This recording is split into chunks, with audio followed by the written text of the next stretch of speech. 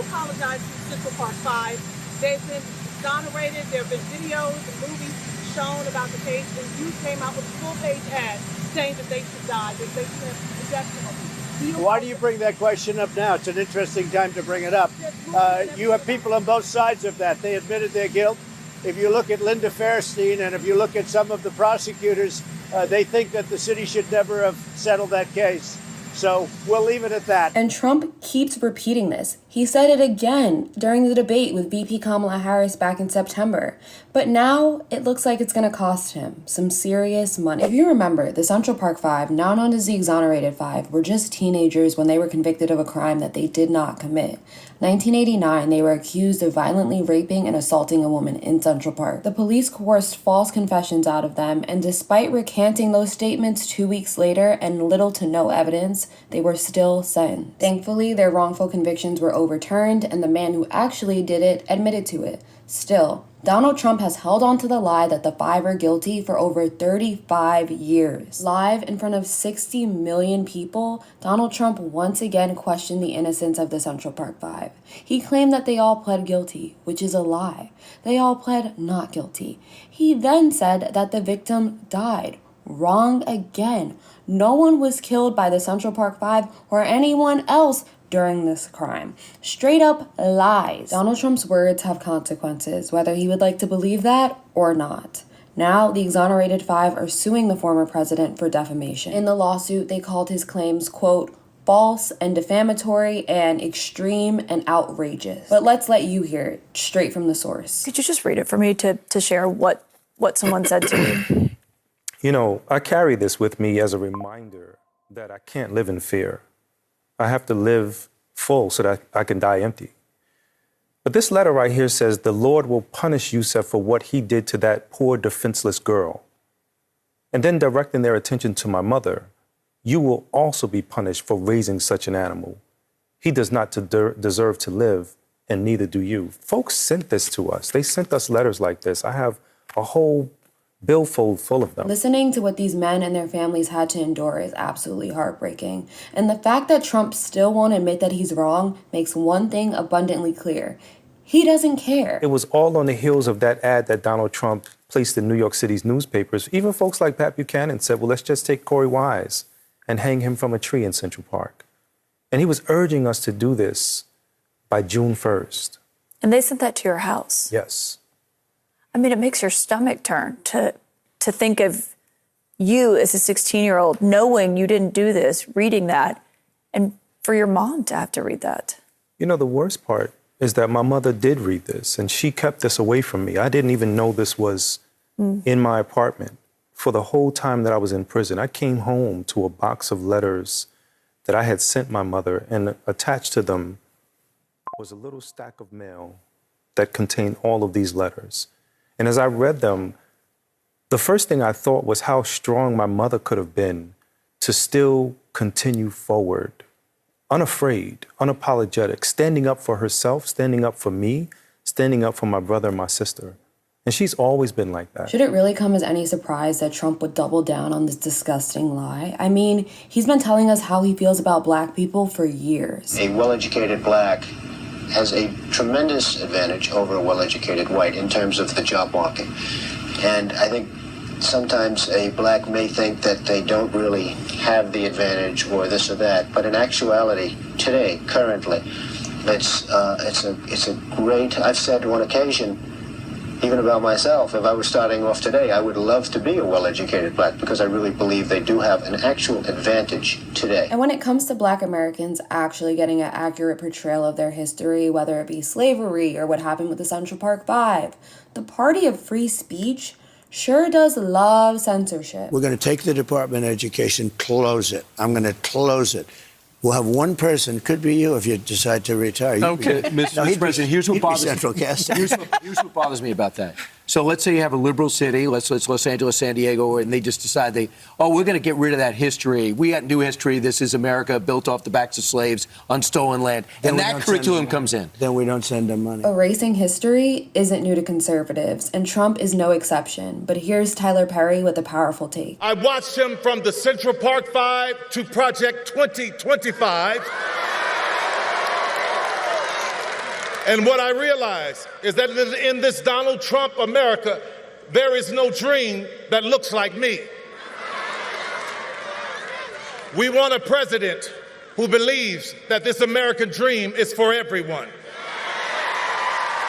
And that president is Kamala Harris. This case just adds to the growing list of legal challenges for Donald Trump. He already lost one defamation case against E. Jean Carroll and now has to pay her $83.3 million. As a lawyer myself, I'd say that the exonerated five have a pretty good case. The Trump campaign has responded to the lawsuit by saying, and I quote, "This is just another frivolous election interference lawsuit filed by desperate left-wing activists." The attorney for the exonerated five says that they want a trial, and whether Donald Trump is reelected president or not, they will seek justice.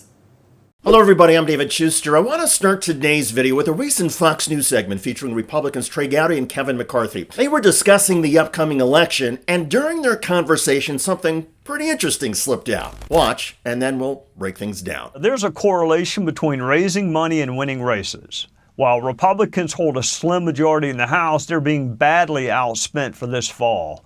Control of the chamber literally comes down to a small group of districts, many of them in blue states. I think it's easier for Republicans to pick up seats this cycle than it has been for the last two.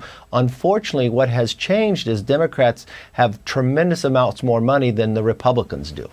And we're in the majority. We are in the majority, said former Republican House Speaker Kevin McCarthy, but Democrats have far more money. And in that statement is the indirect admission I mentioned earlier. The reason Democrats often have more campaign cash is largely due to the vast amount of small dollar grassroots donations they receive. Democrats generally get much more of these smaller dollar donations than Republicans, who tend to rely on large contributions from billionaires or corporate interests. But let's pause and think about what that means. On a broader scale, this suggests that Democrats appeal more to the average American voter, while the Republican Party leans heavily on wealthy elites and special interests. And this goes beyond just campaign finance efforts. It's a window into the deeper ideological divide between the two parties. The Republican Party, for all of its rhetoric about populism and standing up for the forgotten man, often pushes policies that contradict the interests of everyday Americans. Take tax cuts for the wealthy, for example. Trickle-down economics have been proven time and again to primarily benefit the richest individuals and corporations, not the middle or working class. Yet trickle-down economics remains a cornerstone of GOP policy, reinforcing a system where the rich get richer while many Americans struggle to make ends meet. This disconnect between Republican leadership and the average citizen is a fundamental flaw in the party's ideology. Yes, the Democrats have their own issues. Corruption exists in both parties, and corporate influence is not exclusive to Republicans. But the Republican Party's agenda often directly undermines the American dream. Republicans tout freedom and opportunity, but their policies on healthcare, labor rights, and economic inequality tend to limit opportunities for a huge portion of the population. Look at healthcare, for instance. Republicans have consistently fought against expanding access to affordable healthcare, whether through attempts to repeal the Affordable Care Act or blocking initiatives that would bring down drug prices. The irony is that this affects millions of working class and rural voters who make up a significant part of their base. By opposing policies that would improve the quality of life for everyday Americans, the Republican Party aligns itself with healthcare corporate profit interests rather than the people Republicans claim to represent. Democrats are not off the hook, of course. The Democratic Party also has some significant problems, from establishment figures cozying up to Wall Street to internal divisions that often prevent passing meaningful legislation. But the blatant way in which Republicans prioritize the interests of the wealthy and powerful over the common good is undeniable. It's repressive to the American ideal of fairness, equality, and opportunity. In the end, the GOP's reliance on big donors and their alignment with corporate power reflects a party that is increasingly out of touch with the needs and desires of average Americans. The American dream, the idea that through hard work anyone can succeed, is slowly but steadily being eroded by GOP policies that concentrate wealth and power at the top, making it harder for people to rise from the bottom. And that's something we need to be talking about, not just in the context of elections, but when we think about the future of our democracy.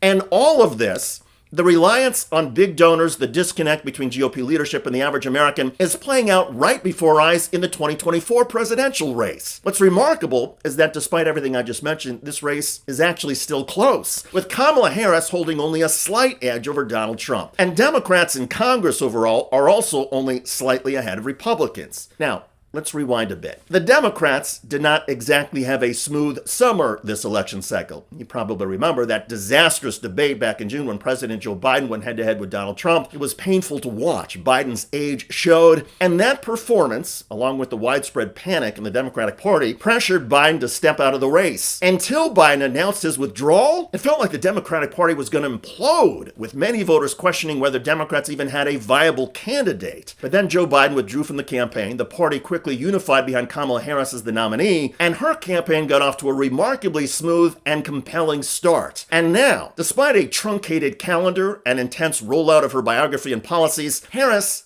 is slightly favored to win this election. This alone speaks volumes about the broader political landscape. You have the Democratic Party, largely in chaos at the start of the summer, now in the lead. It shows just how flawed the Republican Party's messaging and policies really are. Think about it. Kamala Harris isn't just fighting the usual political battle. She's facing an electorate that was already disillusioned by the messiness within the Democratic Party. Yet Harris has managed to gain ground. And while she certainly has her critics, Harris has been able to appeal to a broad coalition of voters, much like Joe Biden did in 2020. This speaks to a larger point. Despite their internal struggles, Democrats, whether it's through policy or just a clearer vision for the future, continue to resonate with more Americans. Harris's lead, however slim it is a reflection of the fact that when voters are given the choice between the Republican Party's repressive agenda, rooted in protecting the interests of the wealthy elite, and a Democratic Party that, despite its own issues, continues to be able to gain ground, Americans are generally choosing Democrats and their progressive policies, looking at the future, looking at an economy that invites everybody to participate and looks out for everybody, not just the wealthiest, the corporations, the richest 1%. And this is resonating in a lot of state races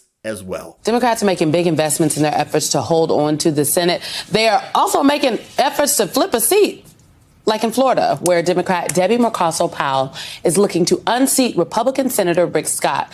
Late last month, the DNC announced a six-figure investment for get-out-the-vote efforts in the state. And Senate Democrats' campaign arm announced a multi-million-dollar ad buy in both Florida and Texas. Just the other day, Mercosur-Powell picked up a key endorsement. Take a look. Florida, you hear it every 2 years. This election is too important to sit out. Well, it's true this year, too.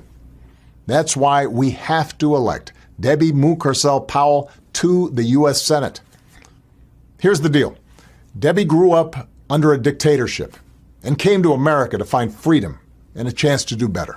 Ironically, Debbie Mercosur-Powell and her fellow Democrats are now fighting off a potential American dictatorship being pushed by the Republican Party. What's also interesting here is that this election in Florida and countless other states could have easily been a golden opportunity for Republicans. With Joe Biden's struggles and the Democrats initially looking disorganized, analysts say the race for the White House and control of Congress should have been easier for the GOP. But instead, the Republicans up and down the ballot are trailing, and the election is slipping away from them. And that's because at the end of the day, the Republican Party has refused to evolve. Their core ideology, especially under Donald Trump's influence, remains out of step with what many Americans want. Republicans continue to cling to policies that benefit a small, wealthy minority, while Harris and the Democrats are managing to rally a support from a broader base, whether that's younger people, working class voters, or communities of color. So even with the bumpy start, the Democrats have managed to rally behind Harris, and it's because she and her party are offering something that resonates more deeply with a greater number of Americans. And that something includes opportunity, fairness, respect for individual rights, and an embrace of basic facts. And taken together, despite all of the noise, Democrats are in the lead and are favored to win the White House and get a majority in the U.S. Congress. However, the only survey that really matters is the one that counts, the actual voting. So remember, if you care about the direction of this country and are determined to have a society that reflects your values and character and priorities and policies, be sure to vote. Confirm that you are registered in advance and cast that ballot either through mail-in voting, walk-in voting, or absentee. Take nothing for granted in this election. Make sure your vote is counted. It will make you feel good, and it will help all of us. I'm David Schuster. Thanks for watching.